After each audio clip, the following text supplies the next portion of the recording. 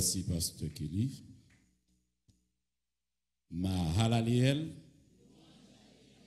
Mahalaliel. Bethel. Bethel. Ouvrez votre Bible avec moi dans l'évangile de Marc. L'évangile de Marc, le chapitre 12. Nous allons lire 4 versets. Marc 12, verset 41 jusqu'au verset 44.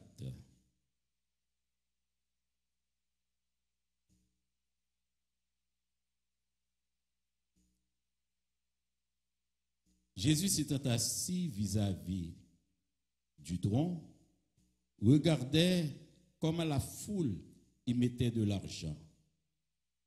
Plusieurs riches mettaient beaucoup.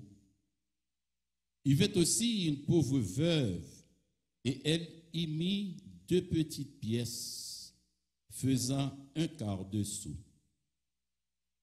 Alors, Jésus, ayant appelé ses disciples, leur dit: je vous le dis en vérité, cette pauvre veuve a donné plus qu'aucun de ceux qui ont mis dans le tronc. Car tous ont mis de leur superflu, mais elle a mis de son nécessaire, tout ce qu'elle possédait, tout ce qu'elle avait pour vivre.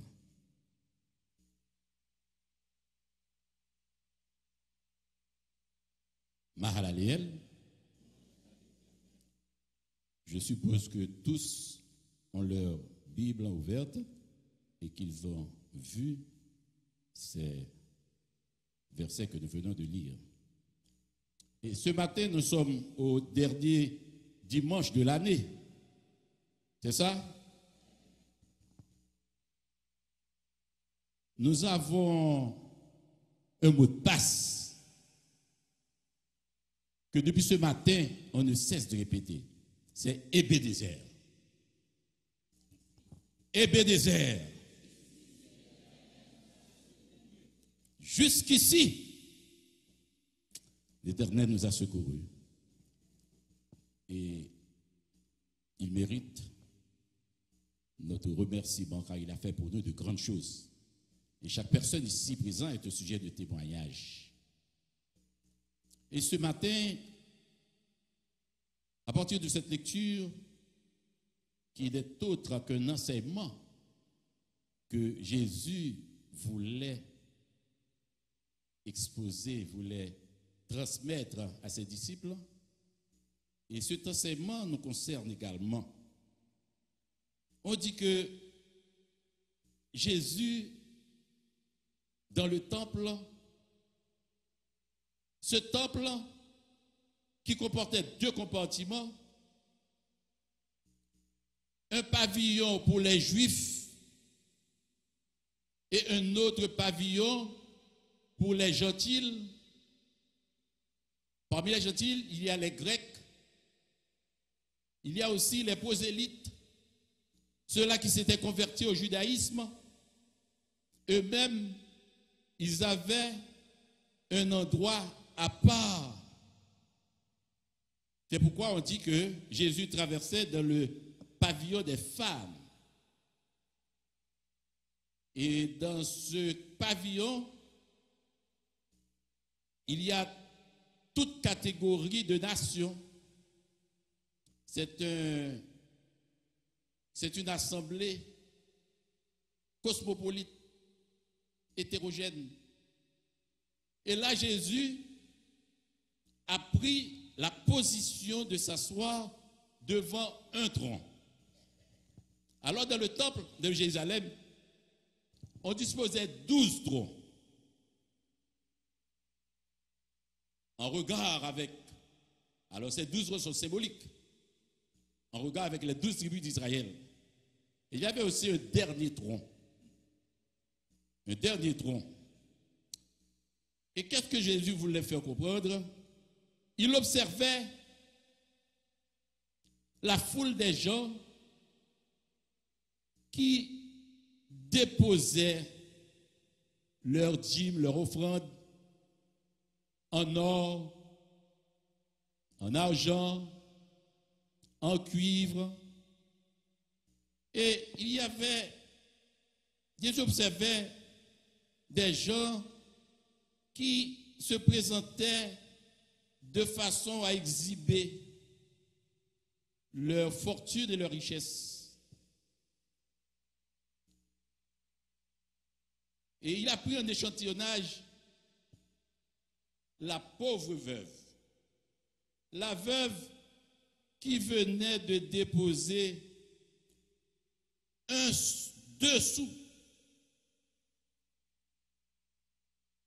Cette monnaie-là, c'était le lepta, la plus petite pièce.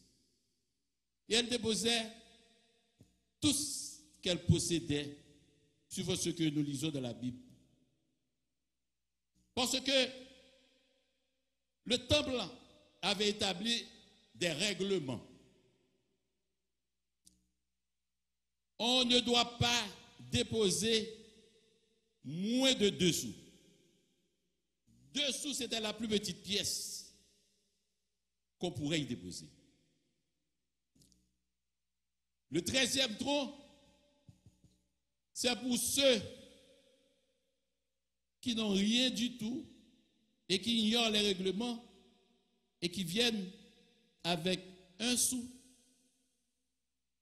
Alors le juif qui connaît les règles, il ne va pas déposer dans le dernier tronc parce que le 13e tronc, dans notre langage, nous vont dire que c'est le tronc des misérables. Et on se rappelle cet ordre formel que Dieu avait donné à Moïse, que nous trouvons dans Exode 23, le verset 15. Exode 23, verset 15. Dieu avait dit à Moïse de déclarer solennellement au peuple d'Israël: vous ne vous présentez jamais devant ma face avec les mains vides. Donc, pour respecter l'ordre de Dieu, les Hébreux dans le temple devraient verser obligatoirement leurs dîmes, leurs offrandes et leurs dons.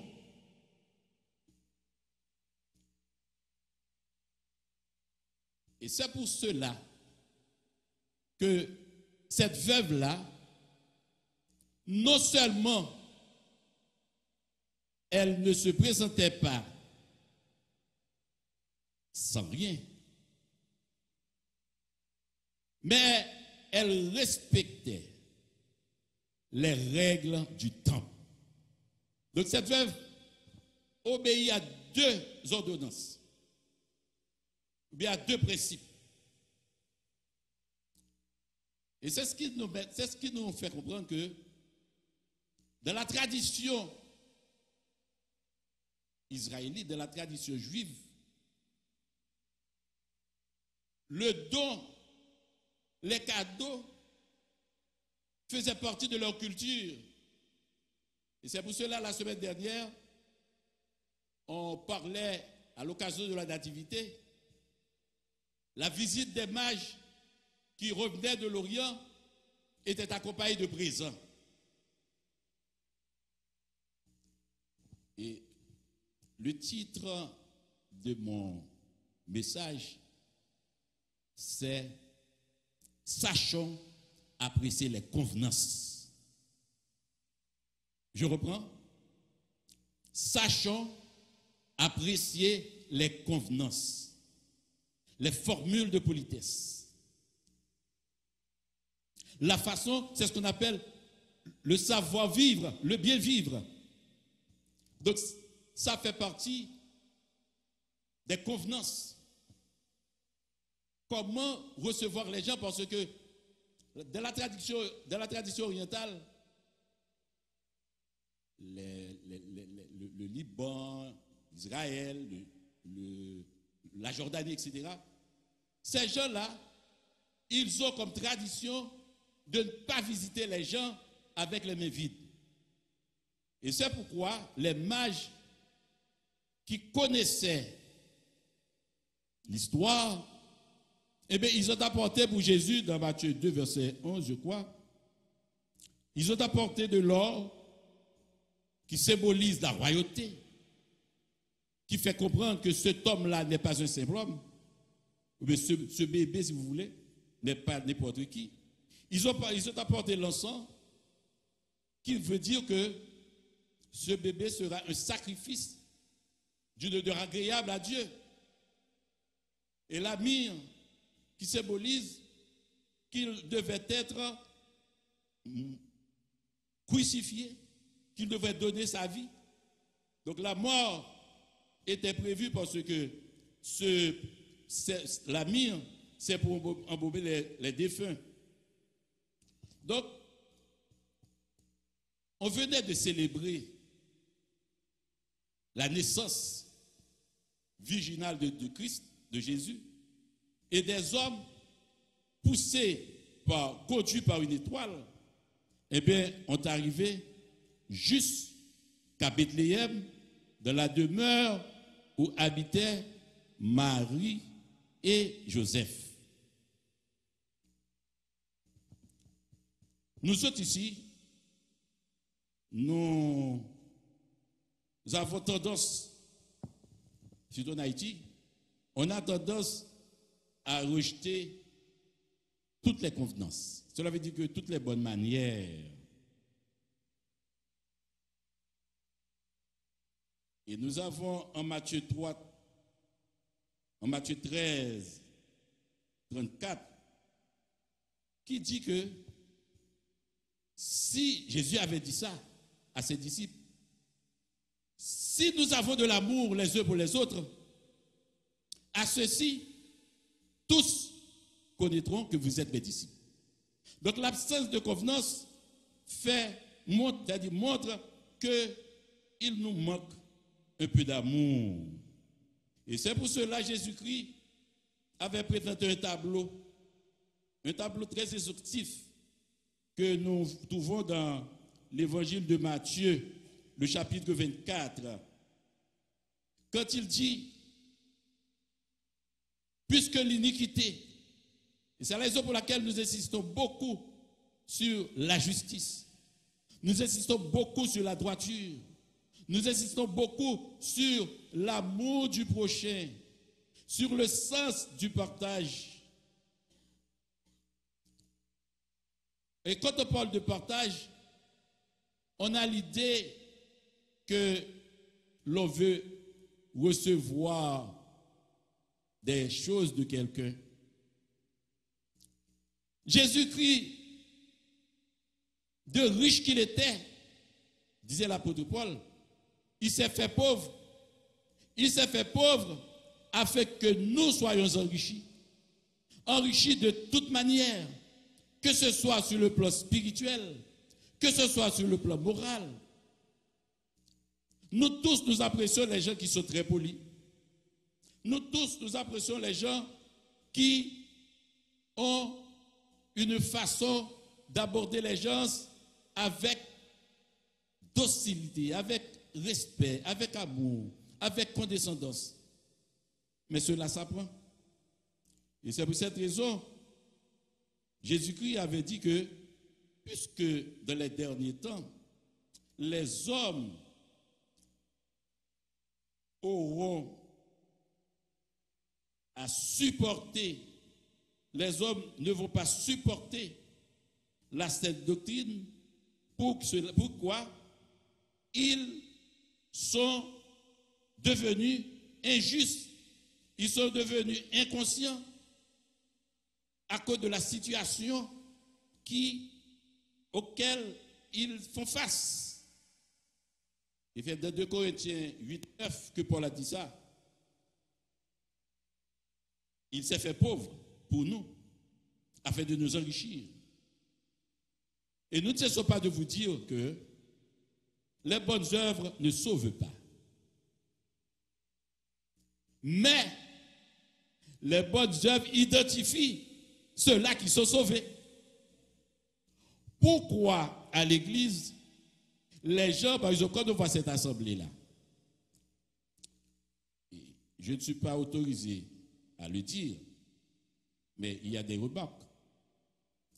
Quand nous voyons cette assemblée, et puis on fait des offrandes, mais il n'y a pas un tiers de l'assemblée qui s'élève. Donc ils ignorent cette recommandation que l'Éternel a faite à tout le monde. Vous ne vous présentez pas devant ma face avec les mains vides. Ce n'est pas une affaire de demander de l'argent. Mais c'est une manifestation de sainteté. Jésus-Christ avait choisi la veuve comme échantillon. C'était juste pour donner une leçon, parce qu'il assure un enseignement. Quand les deux petites pièces que donnait la veuve, elles représentaient un quart de sou. Un quart de sou. Pour les gens qui l'a longtemps, ou 25 cobs. Donc, la veuve aurait pu donner une seule, parce que la Bible a dit que c'est tout ce qu'elle possédait. Et je me rappelle cette parole que David avait prononcée dans 2 Samuel. Je n'offrirai pas à l'Éternel. Je n'offrirai pas à l'Éternel quelque chose qui ne me coûte rien. Et je vais vous dire que Dieu prend plaisir avec la façon dont vous vous présentez devant lui. La foule donnait, mais plusieurs parmi eux avaient des motivations passagères, des motivations mondaines, juste pour faire voir à leurs amis qu'ils vont dans le trône. Il y avait 12 trônes.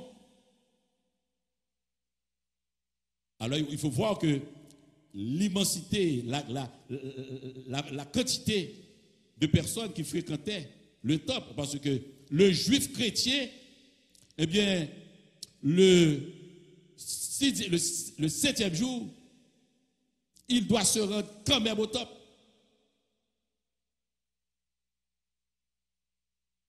Et le 13e tronc que nous parlons, c'était un tronc réservé pour ce qu'on appelle des œuvres de charité. Donc ce tronc était là. On dépose pour assister les infortunés, les délaissés. Et particulièrement, beaucoup de personnes n'y mettaient pas. Or, la veuve a fait quelque chose qui attire l'attention de Jésus. Et c'est pourquoi j'ai dit, il faut savoir apprécier les convenances. Parce que ceci fait partie des convenances. Et nous vous disons que Dieu donne beaucoup de valeur aux gestes. C'est pourquoi il est dit que ce qui reste Dieu, c'est votre cœur, le geste, la motivation. Et nous voulons vous dire que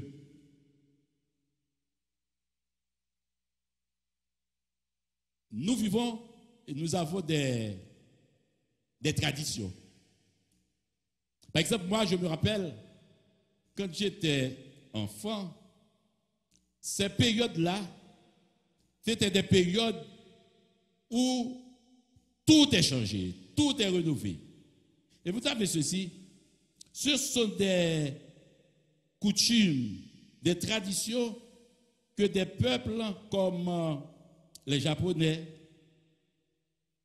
les Russes, vous savez, quand ils jouaient à la fin de décembre, quand on est à la fin de décembre, les Russes, par exemple, ils font des ménages, ils nettoient les maisons il jette les vaisselles, vous comprenez? Il règle ses créances parce qu'on ne veut pas commencer l'année qui débute avec de nouvelles dettes. Et c'est pour cela on ornait les maisons avec des choses multicolores, des décorations multicolores, expliquant des symboles. On se débarrassait de toutes vieilles choses, vieux habits, etc. Et quand on était enfant, c'est ainsi qu'on faisait. Même les magistrats savaient décorer les villes. Ceux-là qui habitent des maisons donnant façade sur la rue, eh bien, il leur était fait obligation de peindre la maison. Donc, il fallait faire voir que l'on est dans une période de fête.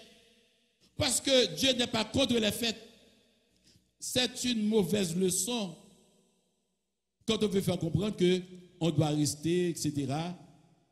Par exemple, on ne décore plus les assemblées sous prétexte que ça fait partie de l'idolâtrie. Et pourtant, Dieu habite la lumière. Jésus est la lumière du monde.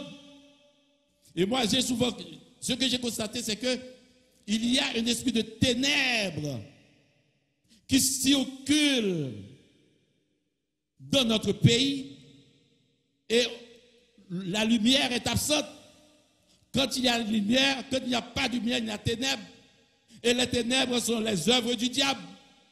Car dans la Bible, il est mentionné que le prince des ténèbres, c'est le diable. Mais jusqu'à présent, on se laisse influencer. Cette période est une période qui éveille la joie. Cette période est une période qui éveille le bonheur. Dieu veut votre bonheur. Dieu veut que vous réussissiez. Dieu veut que vous soyez beau, que vous soyez belle. C'est le plan de Dieu. Mais qu'est-ce qu'on voit? C'est l'abolition de toutes les bonnes choses. Donc, seul le chrétien peut survivre parce que le chrétien vit par la foi. C'est dans 1 Jean, chapitre 1, verset 5, qui est dit que Jésus est lumière. Et Jean 8, verset 12, Jésus déclare, « Je suis la lumière du monde. » En ce dernier jour, faites tous nos efforts pour renoncer aux vieilles pratiques. Les vieilles pratiques. Jésus avait dit ça, c'est dans Luc 14, verset 13. Nous sommes en période où l'on organise des fêtes. Moi, dans mon enfance, c'est ainsi qu'on faisait. Par exemple, le 30, le 31, on faisait ce qu'on appelle des réveillons. Ceci n'est pas contre la Bible. Jésus avait bien dit, quand tu organises un festin, ça c'est très délicat. Et je suppose que beaucoup d'entre vous ne veulent pas appliquer cette formule. Dans Luc 14, verset 13, j'aurais pu vous demander de lire, mais avec le temps, parce qu'on doit revenir plus tard. Et dans Luc 14, verset 13, Jésus dit, quand vous invitez, quand vous organisez un festin, invite les infortunés, les aveugles, les boiteux. Voilà Dieu là. Pourquoi? Parce qu'ils ne peuvent vous rendre la réciprocité. Mais c'est le contraire. On évite ceux-là qui sont bien cotés, bien classés, etc. Et puis, vous avez ce qu'il a dit, voici la promesse. Tu seras heureux, car cela te sera rendu à la résurrection des justes. Ce n'est pas moi qui le dis, non? C'est la Bible qui le dit. Et je termine. Et ce matin, Hier soir, aux environs de 10 heures, quand je préparais le message, Dieu a mis sur mon cœur le livre de Deutéronome. Dans le livre de Deutéronome 30, à la mort de Moïse. Et je vois des bénédictions que Moïse prononçait sur le peuple. Et moi, je me suis dit, mais comment je vais demander à cette assemblée protocolaire de répéter des choses, des paroles? Parce que certains répéteront, mais d'autres diront que, ah bon. Mais je vois que Pasteur Kelly vient de le faire. Donc, puisque Pasteur Kelly le fait, moi aussi, il me donne l'autorisation. Oh, il n'est pas là. C'est de Deutéronome que je vois. Et vous allez répondre en 3 occasions. Là où il est dit, l'Éternel, notre Dieu, nous comblera de bien en faisant prospérer le travail de nos mains. On va répondre, je le reçois. Attendez. Le fruit de nos entrailles, je le reçois. Les dividendes ou profit de nos investissements. Bon, alors, on a compris la leçon, hein? Donc, vous allez répondre avec moi.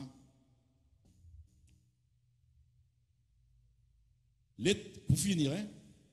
L'Éternel, notre Dieu, nous comblera de bien en faisant prospérer le travail de nos mains. Je le reçois. Dans le nom de Jésus. Amen. Le fruit de nos entrailles, c'est-à-dire nos enfants. Nom de Jésus. Les dividendes, ça veut dire les profits de nos investissements.